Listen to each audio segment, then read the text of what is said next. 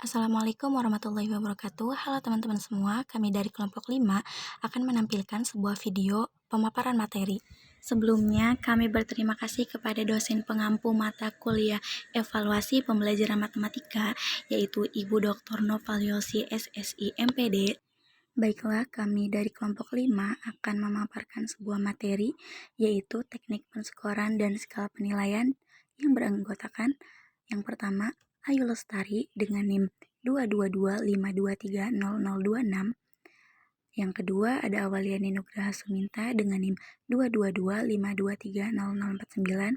Yang ketiga ada Dinda Yulia Putri dengan NIM 22252300054. Dan yang keempat yaitu ada Iza Tunisa dengan NIM 22252300132. Kita bahas satu persatu. Yang pertama yaitu ada teknik penskoran. Apa itu teknik penskoran? Nanti kita akan mendengarkan pemaparan oleh teman saya. Nah, di sini juga ada topik pembahasan yang akan kita bahas. Yang pertama itu pengertian penskoran. Yang kedua itu teknik pengoreksian hasil tes tertulis. Yang ketiga teknik pengoreksian hasil tes lisan. Dan yang terakhir, pembahasan yang terakhir mengenai teknik penskoran itu ada teknik pengoreksian hasil tes perbuatan. Di sini saya akan menjelaskan mengenai materi pengertian penskoran. Penskoran yaitu pemberian skor atau scoring merupakan langkah pertama dalam proses pengolahan hasil tes, yaitu proses pengubahan jawaban tes soal menjadi angka. Dengan kata lain, pemberian skor itu merupakan tindakan kuantifikasi terhadap jawaban-jawaban yang diberikan oleh tester dalam suatu tes hasil belajar. Angka-angka hasil penilaian itu selanjutnya diubah menjadi nilai-nilai atau grade melalui proses tertentu.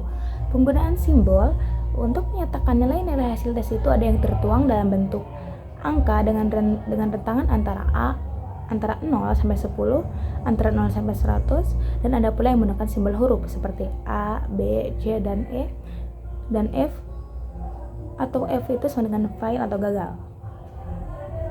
Selanjutnya yaitu kita bahas mengenai teknik pengoreksian hasil tes tertulis, di mana teknik pengoreksian hasil tes tertulis ini ada beberapa teknik. Yang pertama itu teknik pengoreksian hasil tes bentuk uraian, yang kedua itu ada hasil bentuk tes yang benar salah, yang ketiga itu ada hasil tes bentuk objektif, yang keempat itu ada hasil tes bentuk jawaban singkat, dan yang terakhir atau yang kelima yaitu hasil tes bentuk menjodohkan atau matching. Yang pertama yaitu teknik pengoreksian hasil tes bentuk uraian. Nah, dalam pelaksanaan pengoreksian hasil tes uraian ini ada dua hal yang perlu dipertimbangkan. Yang pertama yaitu apakah nantinya pengolahan dan penentuan nilai hasil tes uraian itu akan didasarkan pada standar mutlak, dan atau apakah nantinya pengolahan dan penentuan nilai hasil tes subjektif itu akan didasarkan pada standar relatif. Kita bahas satu-satu. Yang pertama, apabila nantinya pengolahan dan penentuan nilai hasil tes uraian itu akan didasarkan pada standar mutlak. Yang pertama, itu didasarkan pada nilai mutlak, di mana penentuan ini secara mutlak akan didasarkan pada prestasi individu. Kalau mutlak itu individu berarti ya. Maka prosedur pengoreksiannya itu yaitu yang pertama itu membaca setiap jawaban yang diberikan oleh testi. Testi itu kita sebut peserta didik aja, dan membandingkannya dengan pedoman yang sudah disiapkan atas dasar hasilnya.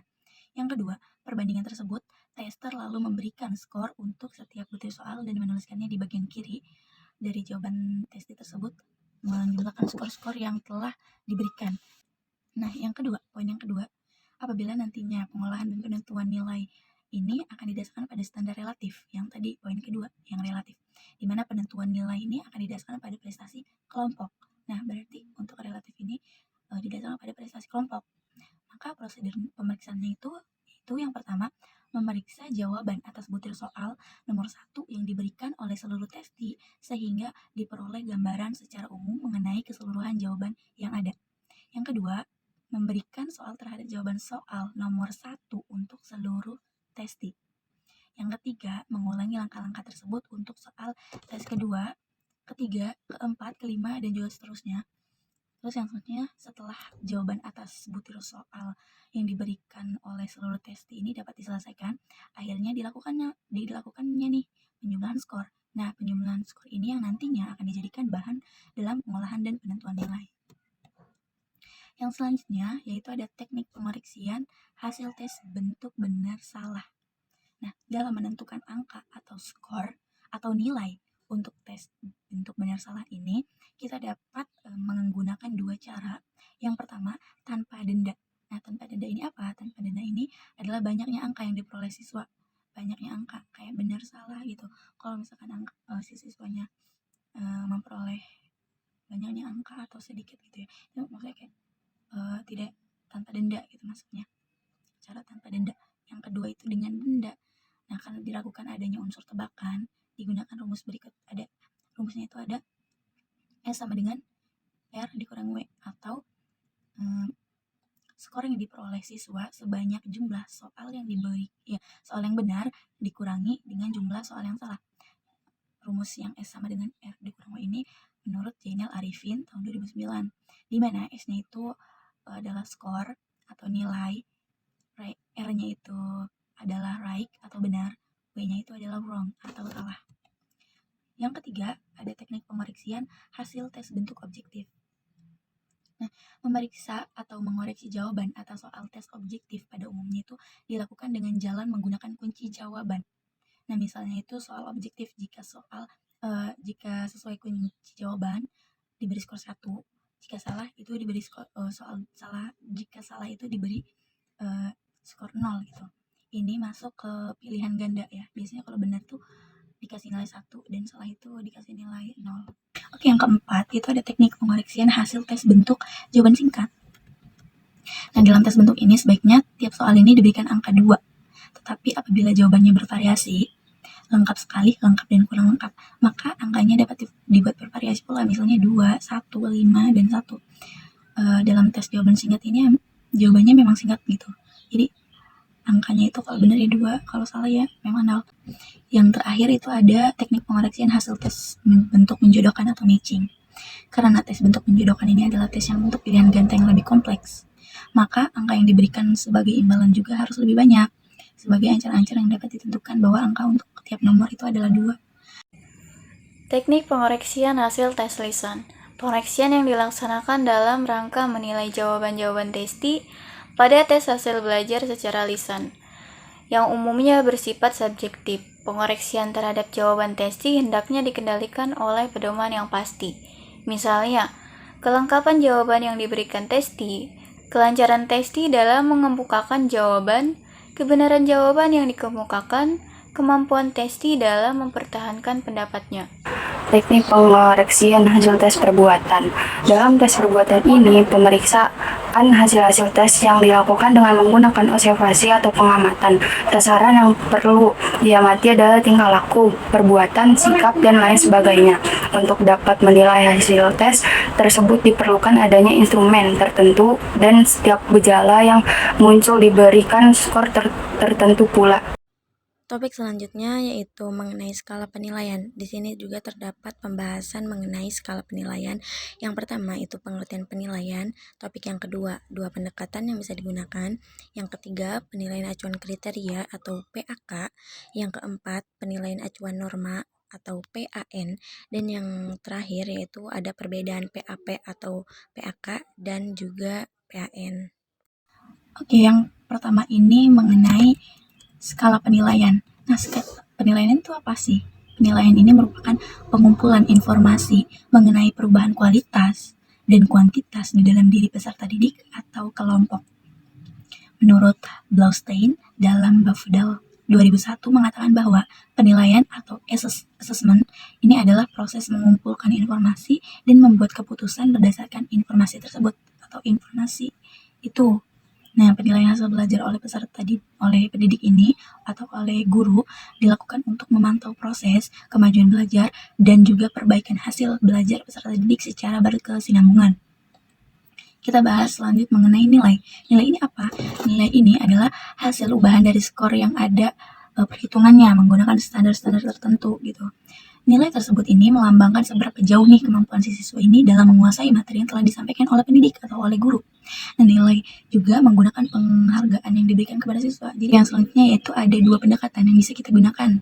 Yang pertama itu ada criterion reference evaluation atau penilaian acuan kriteria atau bisa kita singkat dengan PAK. Yang kedua itu ada norm reference evaluation atau penilaian acuan norma atau bisa kita singkat menjadi PAN. Untuk selanjutnya, untuk dua pendekatan ini akan dijelaskan oleh rekan saya. Selanjutnya ada penilaian acuan kriteria atau PAK. Dalam pengukuran ini, penampilan siswa dikomparasikan dengan kriteria yang telah ditentukan terlebih dahulu dalam tujuan instruksional, bukan dengan penampilan siswa lain. Keberhasilan siswa dalam prosedur acuan patokan tergantung pada penguasaan materi atas kriteria yang telah dijabarkan dalam item-item pertanyaan guna mendukung tujuan instruksional. M. Sukardi 2015. Hal-hal yang harus dipelajari oleh tester murid siswa mahasiswa adalah mempunyai struktur hierarkis tertentu. Evaluator atau tester, dalam hal ini guru, dosen, dan lainnya, dapat mengidentifikasikan masing-masing taraf itu sampai tuntas. Apabila dalam penentuan nilai hasil tes hasil belajar itu digunakan acuan kriterium menggunakan PAP, maka hal ini mengandung arti bahwa nilai yang digunakan akan diberikan kepada tester itu harus didasarkan pada standar mutlak, standar absolut. Artinya, pemberian nilai kepada tester itu dilaksanakan dengan jalan membandingkan antara skor mentah hasil tes yang dimiliki oleh masing-masing individu tester dengan skor maksimum ideal SMI yang mungkin dapat dicapai oleh tester. Kalau saja seluruh soal tes dapat dijawab dengan betul. Di sini ada rumusan masalah penentuan nilai didasarkan pada kriteria, misalnya nomor 1 itu rentang nilainya dari 80 sampai 100 itu berpredikat A. Yang nomor 2 itu rentang nilainya dari 70 sampai 79 itu predikatnya B. Yang ketiga itu rentang nilainya 60 sampai 69 itu predikatnya C. Yang keempat itu rentang nilainya dari 45 sampai 59 itu predikatnya D. Dan nomor 5 itu dari 0 sampai 4 itu predikatnya E. Penilaian acuan norma atau PAN yang merupakan pendekatan klasik karena tampilan pencapaian hasil belajar siswa pada suatu tes dibandingkan dengan penampilan siswa lain yang mengikuti tes yang sama. Pengukuran ini digunakan sebagai metode pengukuran yang menggunakan prinsip belajar kompetitif. Menurut prinsip pengukuran normatif, tes baku pencapaian di administrasi dan penampilan baku normatif dikalkulasi untuk kelompok-kelompok pengambil tes yang bervariasi. Skor yang dihasilkan siswa dalam tes yang sama dibandingkan dengan hasil populasi atau hasil keseluruhan yang telah dibakukan. Norma yang berarti kapasitas atau prestasi kelompok. Kelompok merupakan semua siswa yang mengikuti tes tersebut. Nilai PAN tidak mencerminkan tingkat kemampuan dan penguasaan siswa tentang materi pelajaran yang diteskan, tetapi hanya menunjukkan kedudukan siswa dalam peringkat kelompoknya. PAN menggunakan prinsip-prinsip yang berlaku pada kurva normal didasarkan pada nilai rata-rata dan simpangan baku yang dihasilkan kelompoknya. PAN digunakan untuk mengetahui hasil belajar seseorang pada materi yang cakupannya sangat luas.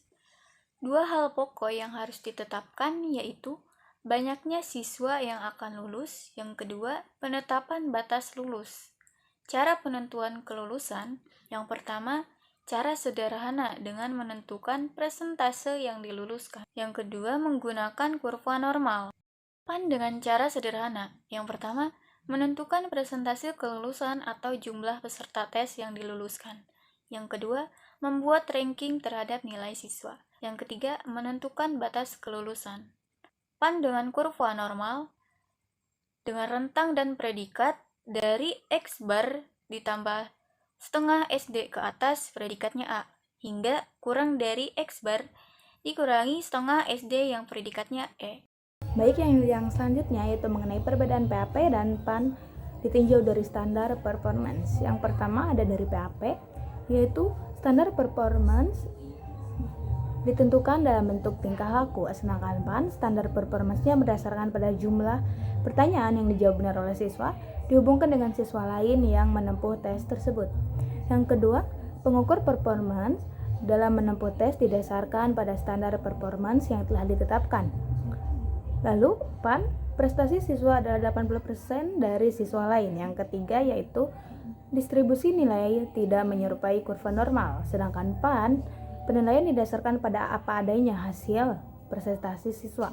Yang terakhir yaitu didasarkan pada batas kelulusan atau KKM, sedangkan PAN, perolehan nilai berdasarkan pada kelompok kelas. Baik, yang selanjutnya itu mengenai perbedaan PAP dan PAN ditinjau dari pengembangan tes. Yang pertama ada PAP hanya terdiri dari soal-soal tes yang didasarkan pada tujuan khusus pembelajaran, sedangkan PAN, soal tes tidak hanya berdasarkan pelajaran yang diterima oleh siswa. Yang kedua, setiap tes mempunyai prasyarat agar siswa menunjukkan performance seperti yang tercantum dalam TIK. Sedangkan PAN tidak perlu terlebih dahulu menentukan secara pasti performance yang diharapkan sebelum tes dimulai. Yang ketiga, dasar pertimbangan untuk diterimanya performance tertentu harus berdasarkan pada kriteria tertentu.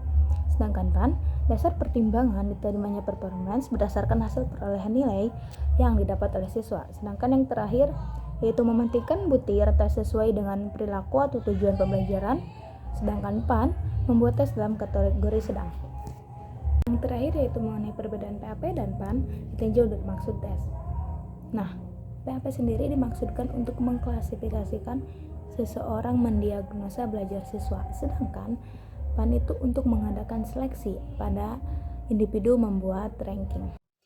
Demikian penjelasan materi mengenai teknik penskoran dan skala penilaian. Kami memohon maaf bila ada kekurangan dan kesalahan dalam penyampaian materi. Semoga apa yang telah kelompok kami paparkan mengenai materi teknik penskoran dan skala penilaian dapat bermanfaat bagi kita semua. Sekian, terima kasih. Wassalamualaikum warahmatullahi wabarakatuh.